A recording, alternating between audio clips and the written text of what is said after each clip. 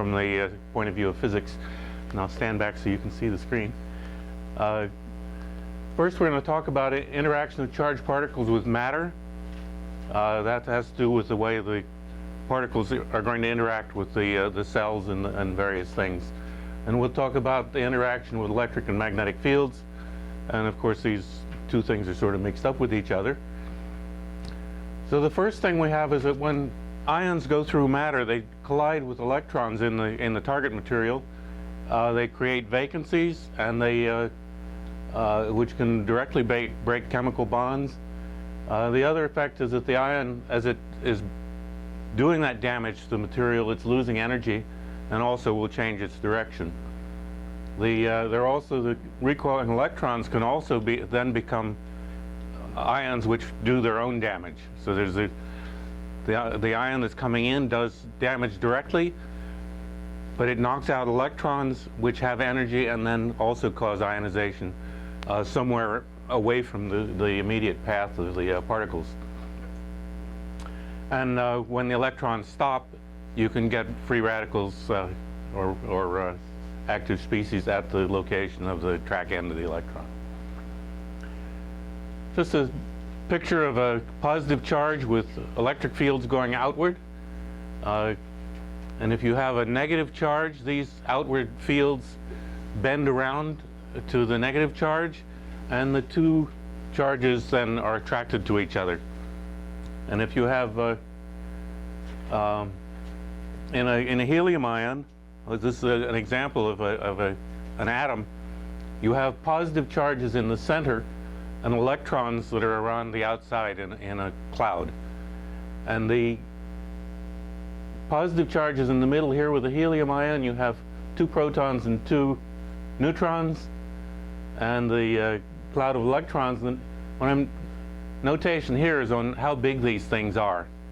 Now, human beings were on the order of meters in size. Human cells are about 10 to the minus 5 times that. 10 microns in diameter is the size of a cell in the human body. And if you go down another 10 to the minus 5 from there, you get the size of the atom. And if you go down another 10 to the minus 5, you get the size of the nucleus. So there are huge dimensional differences of these various things. Humans to cells to atoms to nuclei, each 10 to the 5th difference. So when an ion goes by an atom, what it does, this attracts the electrons and pulls them out. See, what you end up with is the electrons get removed from the region of the nucleus. It leaves a vacancy, and so you have a net positive charge on this after the electrons have been removed by the atom-ion collision. Track of a proton in water. Now, these are actually pictures taken with a projection chamber. And so this is what when a 5 MeV proton goes through, it collides with atoms of water along this line. Is actually water vapor. And here's where a secondary electron has gone off, and here's where it's stopped. There's a little bunch of ionization at the end. This is another track where you don't have any of these longer range particles, but you have ionization along the track. And so you have something with a diameter of 90 nanometers or so around the actual trace of the proton. One concept you need to know in interaction of ions with matter is what's called linear energy transfer, LET. It's one of the standard measures we use to describe radioactive or ions traveling through material. As a particle goes through a piece of material, you have some thickness of it. There's a certain amount of energy that gets lost in that thickness, and the ratio of that energy lost per thickness is the LET. And for convenience, we use the units for LET of keV per micron. So that's a kilo electron volts of energy loss per micron of material. So if you have an alpha particle, the number here will be somewhere in the order of 90 to 150, or the sort of numbers you see for alpha particles. And The cell being a few microns thick, it gives you an idea that you might lose an MeV of energy in one cell. This is a program you might want to download. It's free. It's called SRIM, and it's useful for calculating the energy loss of particles going through material. And what I have here is an alpha particle coming in from the left. The model of material here is skeletal muscle. The program gives you a chance you can put in metals or silicon, any elemental composition of the sample. And this particular one is one that is a model for muscle tissue. And what you have here is the depth in the tissue. And this is 50 microns at the end of the scale. So for this particle, it stops here at about 38 microns. This shows the way the LET changes with depth in tissue, starting with your 5 MeV particle here. This is called the Bragg curve. So what you think of as a lower LET at the entrance, it goes up and then stops this way. The units in this case are MeV per, or EV per angstrom is the units they use, but it translates directly. If you multiply this number by 10, you get to keV per micron. And so for alpha particles, stopping is something like 240 keV per micron at the end of range. Now we do the same thing with protons. Protons have a lower LET, so they have a longer range. And the height of the LET curve, you see the difference here. Alpha particles come to a screeching halt here in the middle with a 240 keV per micron. And here are the protons, and you can't read this, but it's about just over 100 keV per micron at the stop. And at the low end here, it's 10 keV per micron. And the entrance here, it's more like 80 keV per micron. So the difference here, alpha particles give up their energy a lot faster, so they're much more damaging. And there are two ways this is more damaging. One is that more energy has been left, but because the energy is being left in a more concentrated way, there's another factor that the damage is more complex. The alpha particle can damage DNA a couple of times as it goes by. One particle can do much more damage. So it's the LET is the important parameter that you'll see when anybody studying ions in matter.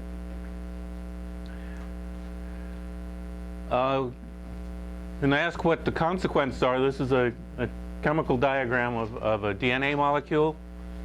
One of the possible things you can do is damage the backbone, these strands on the outside which hold it all together.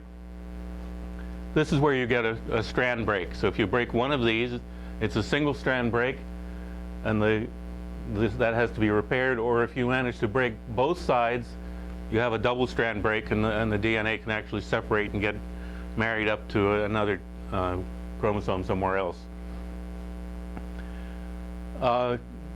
You can have indirect damage where the particle goes somewhere over here, but there are radicals that are formed in the water, and those can go in, and you can have chemical reactions with the radicals with the DNA.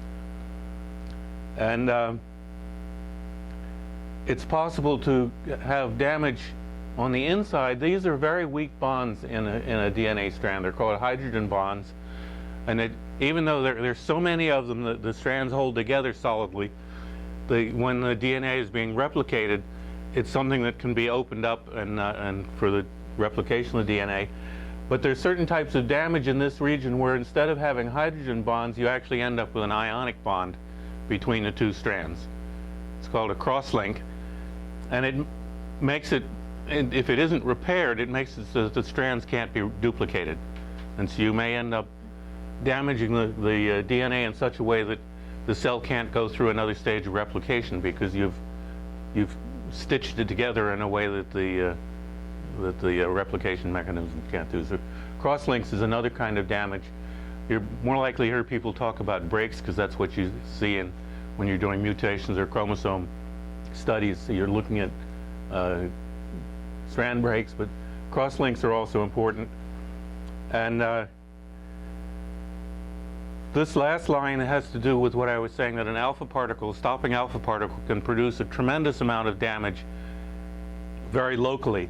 And so what you can have is heavy damage in a small volume. So maybe instead of having one single strand break here, you might end up with the 5 single strand breaks, a double strand break, and a couple of cross links, all in a relatively small volume. And then what that gives you is something that is probably not repairable, and the cell is going to die sooner or later.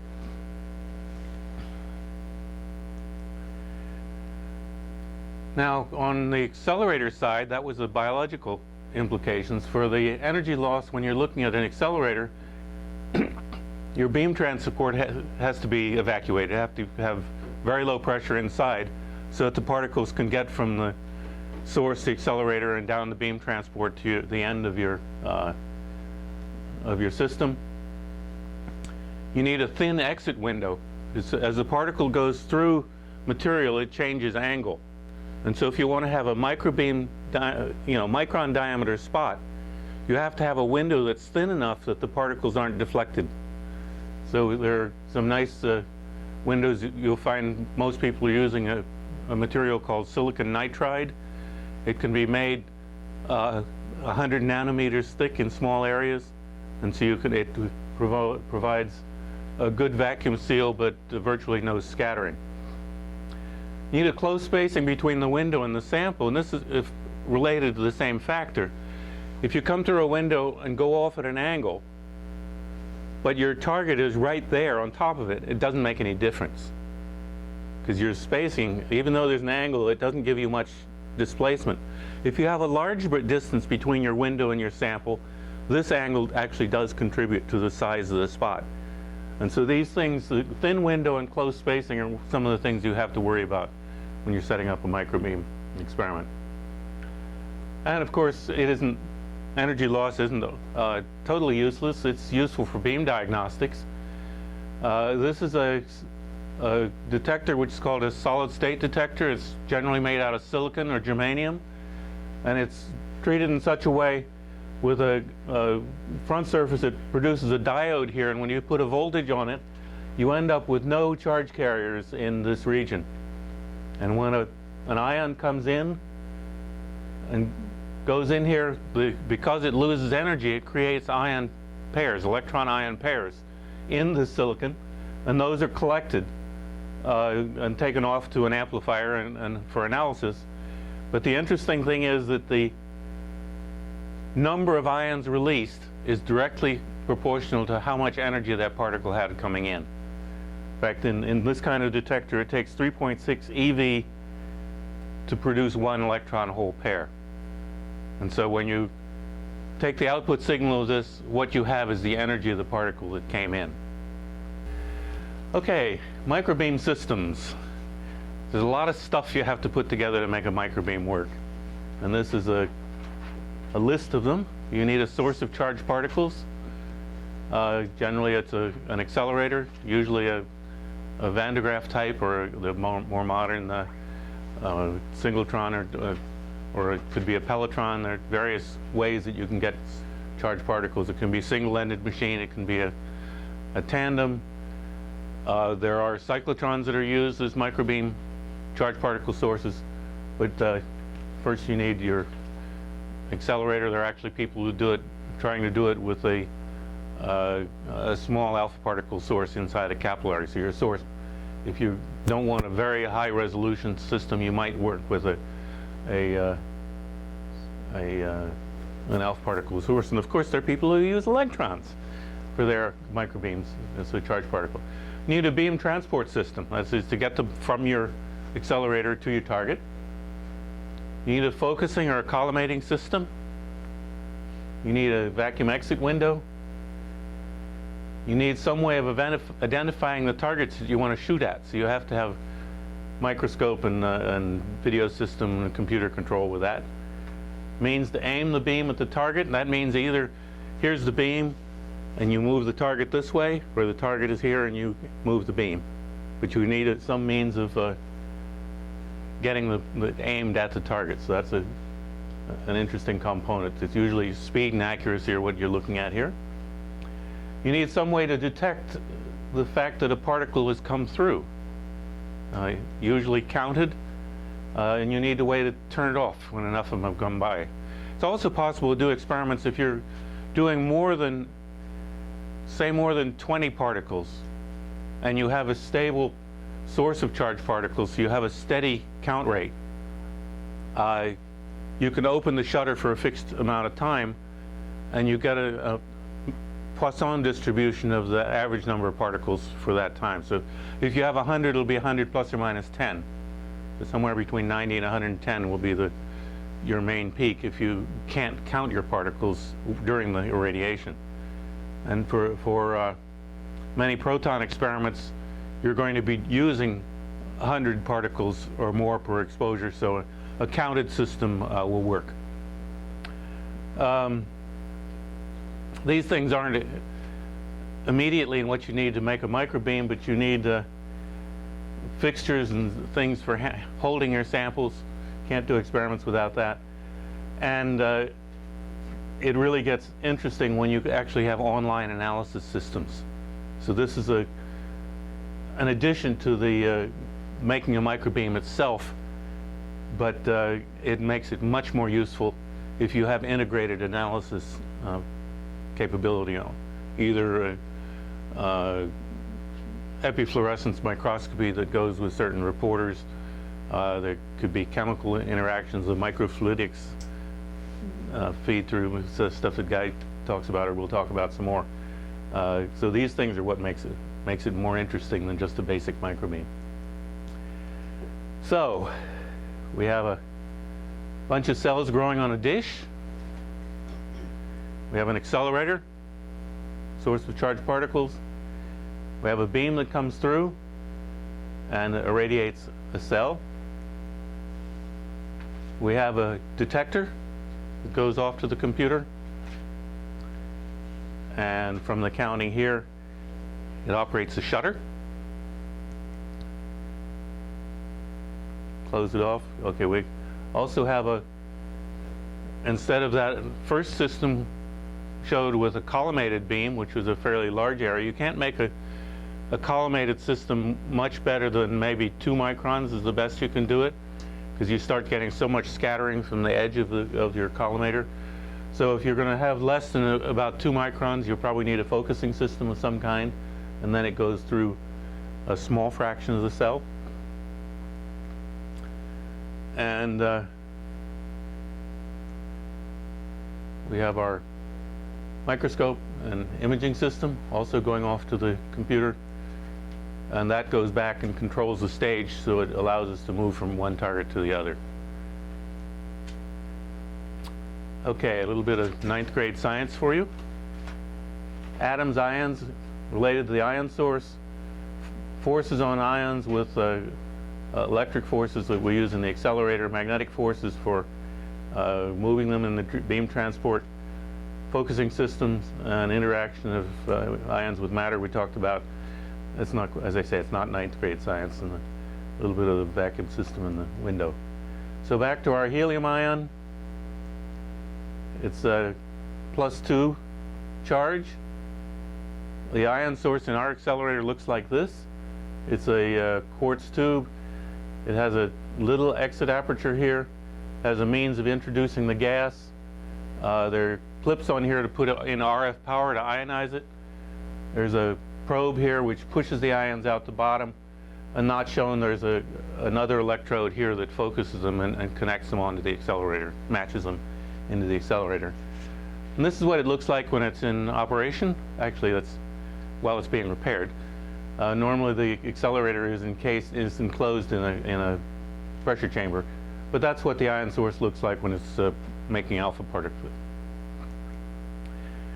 So again, electric fields around opposite charges, around same charges here, they repel each other. And so if you put, that's the ion coming through a small aperture in a plate, and we put positive charge on this, which repels that ion, put negative charges here, and so the ions accelerate through whatever this voltage drop is. If you have 50 kilovolts across this, and this ion comes in with 0 energy here, it comes out with an energy of 50 keV on the other side. And so this is a very simple schematic of one section of an accelerator, but you put together, how many is this, 106 of them here? No, it's 66. Oh, it's 66 on the other. So there's 66 banks here of those plates, plus and minus, stacked on top of each other. So at the top of this column, you have 5 million volts, and at the bottom you have 0. And then your ion comes out the bottom, if it's charge 1, with 5 MeV. So 5 megavolts on the terminal gives you 5 MeV energy of a single charged ion. Helium charge 2, it would come out at 10 MeV, mega electron volts. So a charge 2 falling through 5 million volts of potential drop gets 10 million volts of energy when it comes out the bottom. You can see here the bottom of the pressure tank. One of the things, if you try to put 5 million volts on a terminal out in the middle of the room, what you'll get is some huge sparks and lightning. If you run this in air, you can get about 100, maybe 150 kV in the middle of the winter when it's dry before it starts to spark. But there's a pressure tank that goes on. It's filled with sulfur hexafluoride, which is a very good insulating gas. And then you can run this to 5.5 million volts. You have to be careful when you get near the top. It starts to spark until it conditions. But so that's the tank closed up. And there's a control computer and electronics to make the thing work. Run the ion source, run the control of the voltage on it. See the beginning of the beam line here. And so how do you deliver this to the target? We have electric fields that we can change the direction. We can have magnetic fields that apply a force to it, which change the direction. And the magnetic force, it turns out, is at right angles to both the direction of the travel of the particle and to the direction of the field lines. So you have a magnetic field here. This is a magnet which you either saw yesterday or will see later today, which has a magnetic field which is actually is drawn here as going in this direction, coming out. So the particle goes in, the field is this way, and the force is upward. So particle direction, field direction, force on the right hand. And so the particles now are bent upward. You can also use this in a quadrupole lens. So here is a lens which has a north and south poles. The field lines are this direction. Actually, I should point to this one because this is the magnetic. The field lines go this way and this way. And what that does is provides a force which in this region is outward, and in this region is inward. So what you have is it's focusing the beam in one direction and defocusing it in the other direction. You'd say, why is this of any use? But it turns out that the strength of the focusing is greater than the strength of the defocusing. So if you use 2 of these, the next one rotated 90 degrees, you can focus in both directions. Now, with electric fields, it does the same thing, except here the forces are toward the pole. If it's a positive ion, it's away from the positive pole and toward the negative pole. But again, the same thing, focusing in one plane and defocusing in the other. And reminder that the compression is stronger than the expansion. So if you use 2 of these shifted by 90 degrees, you can get overall focusing. This is the lens we're using in our system. We actually use 2 lenses of this sort. It's an electrostatic quadrupole. It's a triplet, and it's arranged so this one focuses, say, in the X direction. This one focuses in the Y direction, and this one focuses again in the X direction. And so then you end up with a overall focusing at the outside. And this is a simulation with a ray tracing program called GIOS. This one's not free, not horribly expensive, but it's a good design program. So here, this first lens is defocus, focus, defocus in this plane. And here the order is reversed. So here it's defocusing there. The first one here is focusing. So focus, defocus, focus to a point. And then the 90 degrees out of that, see this is focusing in this plane, and here again it's defocus, focus, matching. The interesting thing about this setup is it gives you an equal demagnification. That is, if you start with a certain spot size here in both dimensions, you end up with the same size spot in both directions. But it also has a characteristic that the amount that the particles are, the angle that they come in, is the same in both of these. So it's a nice symmetric system. The design was done so that the lengths of the poles were adjusted so that you had approximately the same voltage on all electrodes. And that is the reason for that is that if we look at this, the weak point here is that it would tend to break down across this electrode. And if we had it arranged with equal length in a triplet, it would turn out that the central portion would have to have about twice the voltage on it. So you might have 5 kV, 10 kV, and 5 kV. So this would be the one, always the one that failed. So instead of that, we give the double the strength by making it twice as long. Now this system, as we have it set up, operates, it takes about 3 kilovolts on this lens for every megavolt of terminal voltage. So if we're running 3 MeV on the machine, we need about 9 kilovolts on this lens. And that's an interesting thing about an electrostatic system of this sort, is that the focusing strength you need depends only on the accelerating potential in the accelerator. So it doesn't matter what the ion is or what the charge on the ion is. So this will, if you go with a proton, for instance, it has charge 1, 3 million volts, gives you 3 megavolts. You take an alpha particle, charge 2, it's 6 megavolts. It's got a different mass, it's got a different charge, but it'll focus exactly the same way in this lens, because this is electrostatic, and you can think of all electrostatic things sort of go together. If you have a system that's all its steering and focusing is electric, and your acceleration is electric, everything is proportional. So if you double the accelerating potential, you double everything else, it'll work exactly the same way. It's useful in modeling that you sometimes find it more convenient to do the calculation at one energy or one charge, one velocity, but then you can know how it will behave for other systems in the same way.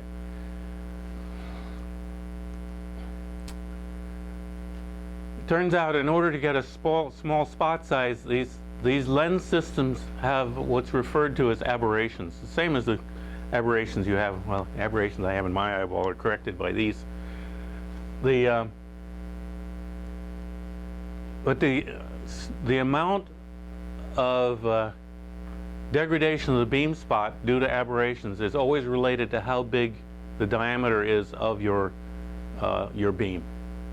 So if you want to get a small beam spot, one of the ways to do it is to make the apertures all smaller. And another way to do it is to try to design lens systems with very small aberrations. So you do the first, you get the lens system with the aberrations as small as you can figure out how to make them. And then you make as you want to get better and better beam spots, you make your apertures smaller and smaller. And this is just a model. If you want a certain beam spot size, say 1 micron here, this curve connects points which have the same acceptance of the system. That is, as they say, think count rate. That this is the best combination of the aperture which limits there's an aperture at this point which limits the divergence of the system, the divergence of the beam, and then there's the size of the opening aperture, the object aperture here. So there's this aperture and this aperture. If you make this one smaller, you can make this one larger and then get back the same amount of beam current through it. So, and each of them affects the size differently, but you can calculate the best combination of object aperture and angle limiting aperture to get the most beam through it. And that's what these curves join lines of equal acceptance. And as you come down here, these are each a factor of 2 in acceptance. That's in 1 dimension, so it's a factor of 4 in count rate for each of these steps. So if you have a 1 micron beam and you say you want a 300 nanometer size beam, you got to go down 4, 8, 16. So you have 1/16 of the beam current here if you're going just by decreasing aperture sizes. And you eventually reach a point where you don't have any beam. A very tiny spot, but no beam in it. One of the reasons I say that the target size here is 300 nanometers is that for an alpha particle beam of the energies we use, that's sort of the diameter of the track. You know, the secondary ions going off from the alpha particle track going through. This is sort of the physical diameter of the damage volume, and it's also at approximately the limit that you get for ordinary microscope optics for finding things. You're limited. We are working on a way to get to cheat on the limits of the microscopy, but that's sort of a size. We're of course going to try to do better than that, but that's where the system I have now